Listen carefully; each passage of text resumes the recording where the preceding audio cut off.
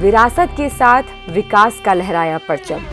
दुनिया ने माना भारतीय संस्कृति का दमखम।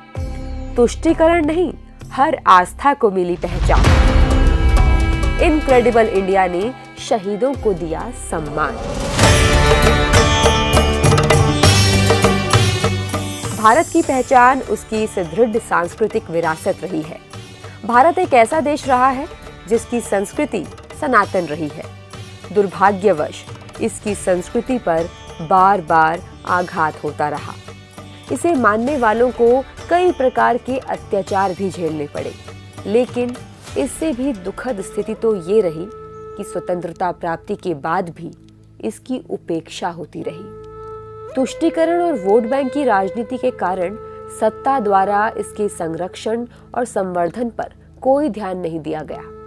लेकिन 21वीं सदी में राष्ट्रीय राजनीति में नरेंद्र मोदी के रूप में एक ऐसे व्यक्तित्व का उदय हुआ जिन्होंने भारत की संस्कृति और धरोहरों के संरक्षण एवं संवर्धन का कीर्तिमान स्थापित किया।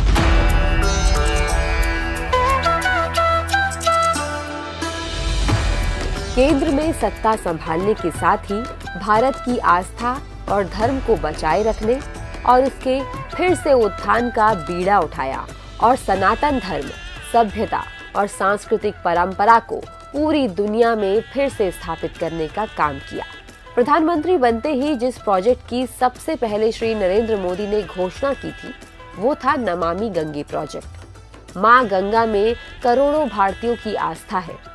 इस बात को ध्यान में रखते हुए राष्ट्रीय स्वच्छ गंगा मिशन की शुरुआत कर गंगा का कायाकल्प किया गया और आज संयुक्त राष्ट्र ने नमामि गंगे को प्राकृतिक दुनिया को पुनर्जीवित करने के लिए शीर्ष 10 पहलों में से एक के रूप में मान्यता दी है। आज सबसे लंबा रिवर क्रूज MV गंगा विलास उत्तर प्रदेश के बनारस से आसाम के डिब्रूगढ़ के बीच 3200 किलोमीटर की यात्रा करता है। सनातन संस्कृति के लिए प्रधानमंत्री मोदी के कार्यकाल में जो सबसे बड़ा काम हुआ है, वो है अयोध्या में राम मंदिर का निर्माण कार्य शुरू होना। लाखों हिंदुओं की आस्था के प्रतीक श्री राम जन्मभूमि के भव्य मंदिर का निर्माण तेज गति से हो रहा है। गुजरात के पावागढ़ में स्थित महाशक्ति पीठ मां काली मंदिर के शिखर पर 500 वर्ष बाद PM मोदी द्वारा ध्वजा फहराई गई। मोदी सरकार के कुशल नेतृत्व में वाराणसी के काशी विश्वनाथ कॉरिडोर और कई अन्य परियोजनाओं ने शहर की गलियों, घाटों और मंदिर परिसरों का कायाकल्प किया है।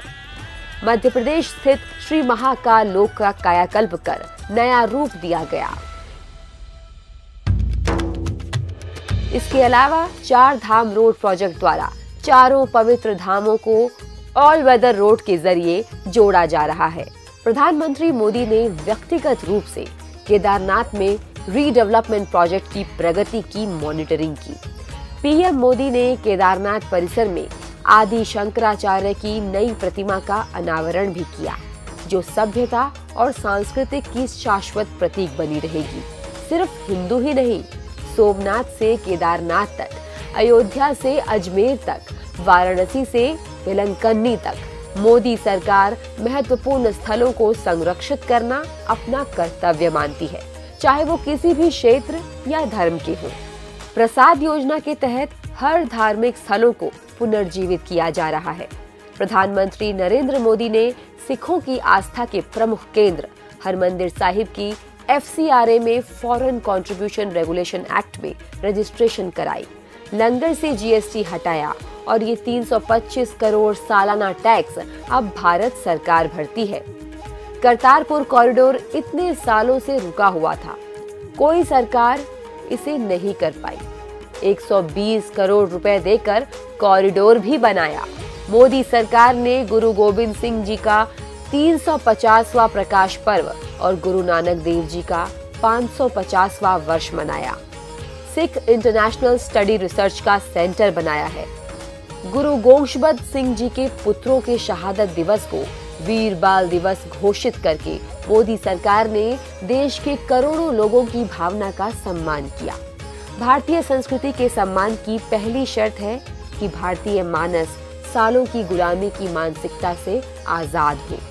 इसी क्रम में मोदी सरकार ने इस दिशा में प्रभावी कदम उठाते हुए गुलामी के प्रतीक राजपथ का पुनर्विकास कर कर्तव्य पथ किया।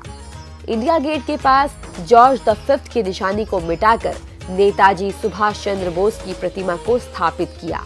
भारतीय नौसेना के झंडे से सेंट जॉर्ज क्रॉस को हटाकर छत्रपति शिवाजी की शाही मुहर को स्थान दिया गया। देश की खोई हुई विरासत को वापस लाना मोदी सरकार की प्राथमिकताओं में से एक है। भारत में सदियों से अनगिनत बेशकीमती कलाकृतियां चोरी होती रही और उन्हें तस्करी कर दूसरे देशों में ले जाया गया। इनमें से कुछ सांस्कृतिक और धार्मिक रूप से भारत के लिए बेहद महत्वपूर्ण थी। मोदी सरकार ने इस समस्या की गंभीरता को समझते हुए ब्रिंगिंग बैक आवर गॉड्स के लिए आगे बढ़कर काम किया। कई विदेशी दौरों पर प्रधानमंत्री मोदी ने इस पर चर्चा की। इसी का परिणाम है कि आज कई देश चोरी हुए बेशकीमती शिल्प और एंटीक कलाकृतियों को वापसी के लिए स्वयं भारत से संपर्क साध रहे हैं। भारतीय संस्कृति और धरोहर के सबसे बड़े दस्तावेज हैं वो राष्ट्रीय नायक जिन्होंने अपना जीवन देश के लिए समर्पित कर दिया। प्रधानमंत्री ने उन शहीदों को श्रद्धांजलि देते हुए नेशनल वॉर मेमोरियल का निर्माण करवाया। अंडमान निकोबार के 25 द्वीपों के नाम परमवीर चक्र से सम्मानित शहीदों के नाम पर रखे गए। गुजरात के केवड़िया में सरदार वल्लभ भाई पटेल की दुनिया की सबसे बड़ी प्रतिमा को स्टैच्यू ऑफ यूनिटी के रूप में स्थापित किया। दलितों और वंचितों को मुख्य धारा में लाने और इतिहास में उनके अमर योगदान को याद रखने के लिए देश में 10 ट्राइबल म्यूजियम स्थापित किए जा रहे हैं, जहां ट्राइबल संस्कृति के साथ साथ आदिवासी स्वतंत्रता सेनानियों की झांकी भी प्रस्तुत की जाएगी। संविधान निर्माता डॉक्टर भीमराव अंबेडकर से जुड़े स्थानों को पंच तीर्थ के रूप में विकसित किया गया है। मोदी सरकार ने सभी राष्ट्रीय नायकों को उचित सम्मान दिया है, फिर चाहे वो किसी भी दल या विचारधारा के क्यों न रहे हो। दिल्ली में पीएम मोदी ने नए प्रधानमंत्री संग्रहालय का उद्घाटन किया, जिसमें भारत के सभी प्रधानमंत्रियों के जीवन और उनके योगदान की बेहतरीन झांकी देखने को मिलती है। वहीं गुजरात के साबरमती आश्रम के पुनर्विकास के माध्यम से महात्मा गांधी की विरासत को आगे बढ़ाया जा रहा है। मोदी सरकार ने भारत की संस्कृति के पुनर्निर्माण में बजट को पिछले वर्षों की तुलना में 1.5 गुना तक बढ़ा दिया है। बीते 9 सालों में 10 नई वर्ल्ड हेरिटेज साइट को खोजा गया है। पीएम मोदी ने भारतीय संस्कृति छाप को विश्व में छोड़ा है। आज पूरा विश्व भारत द्वारा शुरू किए गए अंतर्राष्ट्रीय योग दिवस में अपनी भागीदारी दे रहा है। अंतर्राष्ट्रीय मिलेट वर्ष भारत के यूएन में संकल्प के बाद 2023 को अंतर्राष्ट्रीय मिलेट वर्ष घोषित किया गया है। किसी जमाने में विश्व गुरु रहे भारत की संस्कृति में पूरी दुनिया की दिलचस्पी बढ़ी है। भारत आने वाले विदेशी पर्यटकों की संख्या लगातार बढ़ रही है और प्रधानमंत्री श्री नरेंद्र मोदी के दूरदर्शी नेतृत्व में भारत अपनी विरासत पर दोबारा गर्व कर रहा है।